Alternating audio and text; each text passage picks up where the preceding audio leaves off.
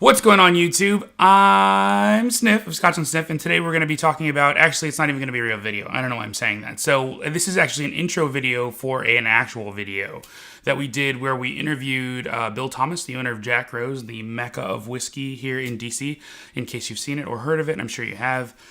So he was generous enough to give us plenty of his time while we were at an event for Harvey Fry, his birthday. It was his 81st birthday, so we went to this awesome event that Bill Thomas put together where he basically wanted to... I'm not going to spoil it, so let's just watch the video together.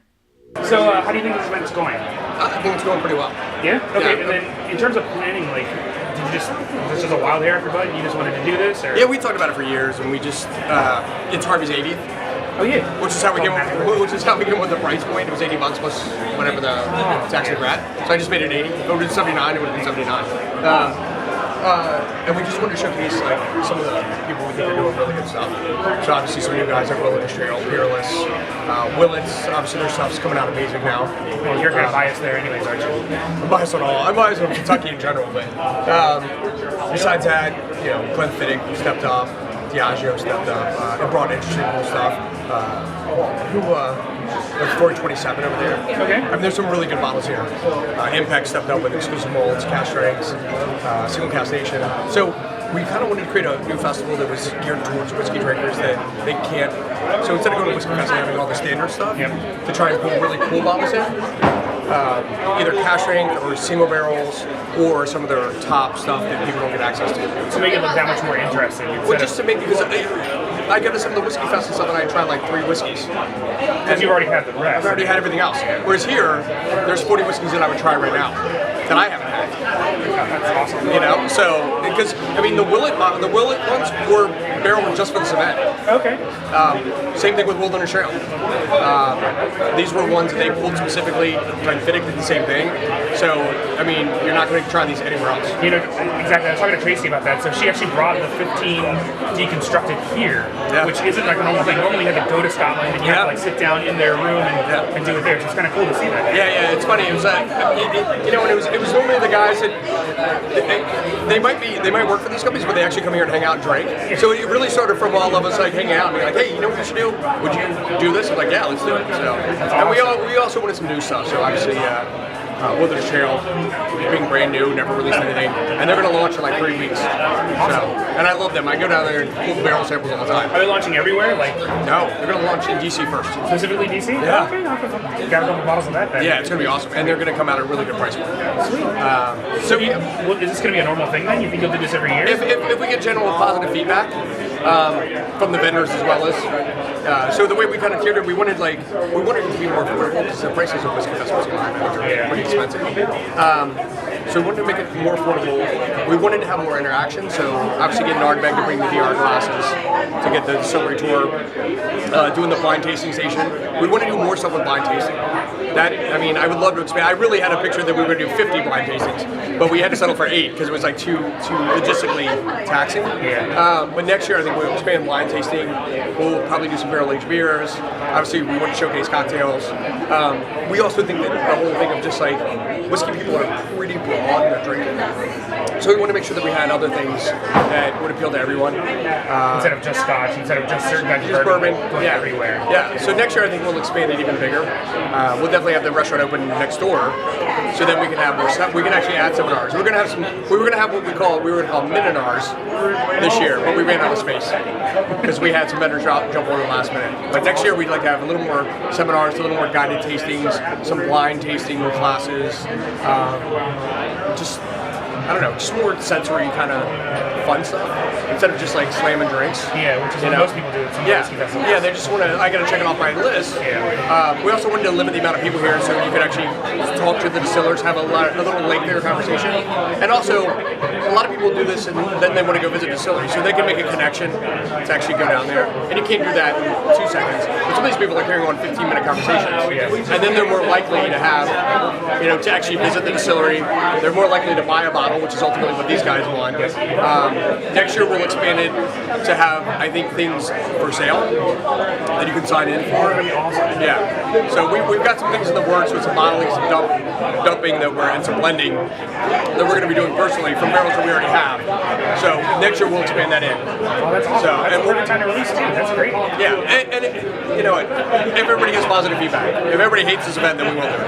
But I think so far it's going to be amazing. Yeah. I mean, it's been amazing so far. Yeah, yeah. There's a few things that were just, it was a lot. There's a lot putting together. But I'm pretty stoked on it. It's amazing so far. Yeah. It's amazing. Like, I'm saying so far, we've already walked up all 3 floors. Like, it's just awesome, period. Yeah. Between like the variants of what you have that's here, there's some stuff here that I've not seen outside of me randomly finding it in strange places. Like, it's amazing to see it here. Yeah, I mean, with what Prestige Jordy's doing right next to me, with the variety of brandies, some of the unusual corns that Highwire's using. Then you go down to, Willet, and you see what they're doing with all the different entry brews and mash bills. Then you go over to Wilderness Trail, and they're doing the same thing. They're doing a lot of varied entry brews, a lot of different mash bills. Peerless is doing the same. Obviously, they've got the caramel, they've got the spice. They have the different flavor profiles that they're really trying to experiment with, vanilla, and it's all cash rate, which is obviously near and dear to us. So we're pretty excited. I would like to, hopefully around 4 o'clock, relax. I want to jump over and grab some of the 4027. I like to try some of the Glenfiddich barrel samples. Wilderness Trail. You're really pushing that Wilderness Trail. Oh no, I don't mean to. But I mean, this is the first time they've ever really poured something. We'll definitely have to get some of that though. Oh, you haven't interviewed those guys? Haven't tried it yet. Go. Are they right over here? They're the first one downstairs. Oh, are they on the right side? Yeah. Okay. They're gonna be major. You think so?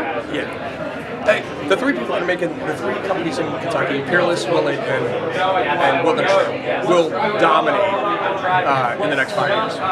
Outside the big guys, you know what I'm saying? But when I talk about the best distilleries in the country, they're in my top 3 that would be under, let's say, in terms of production, under 10 years old.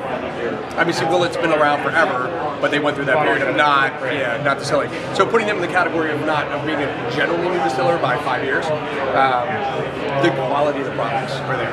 And then when I try to round out my top 10 of guys across the country, the bulk of them are really still in Kentucky. And then from there, I have high hopes for El Pochero expanding their production. Obviously they're not here, but I would love to have. I heard there's 16 in a few weeks ago. The Hodlings?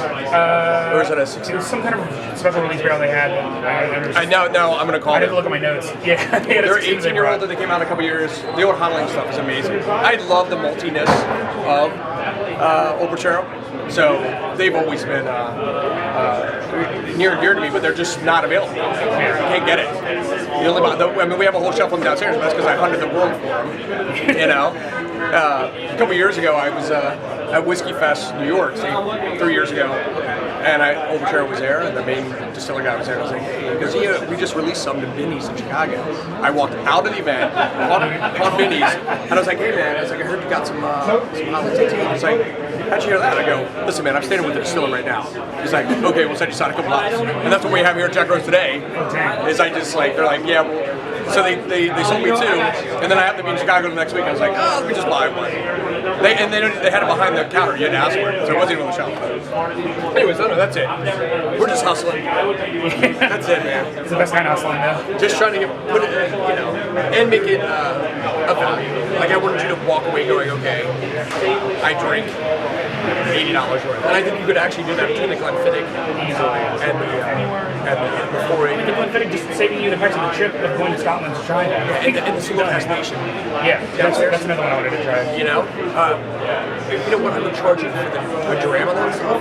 By the time you have 5 whiskeys here, you paid for. Just out of the cash rate stuff. That's where the money is. Obviously, we'll see. I think it's going good. It's amazing. Yeah. It's a smile on my face. Yeah, and I've got a lot of positive feedback and a lot of so far things from the vendors. But I just want to wait until all the dust clears. I find out if the true sentiment is like, oh, this is badass. I think it's badass. So. Yeah, you can feel it. Yeah. Good deal. Awesome. Thank you so much. Thank you. So that was the video.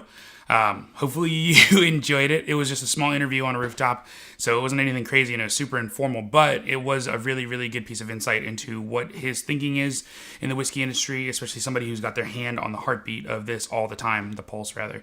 So, yeah, so if you like this video, obviously like, comment, subscribe below.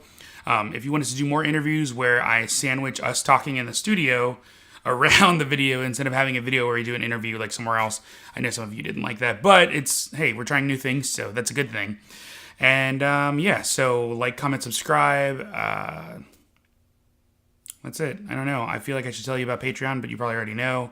I feel like I should tell you about whatever videos are going to pop up on the side over here, but I feel like you already know that's going to happen because this is YouTube. You're not new here. You're just new to whiskey, and that's okay.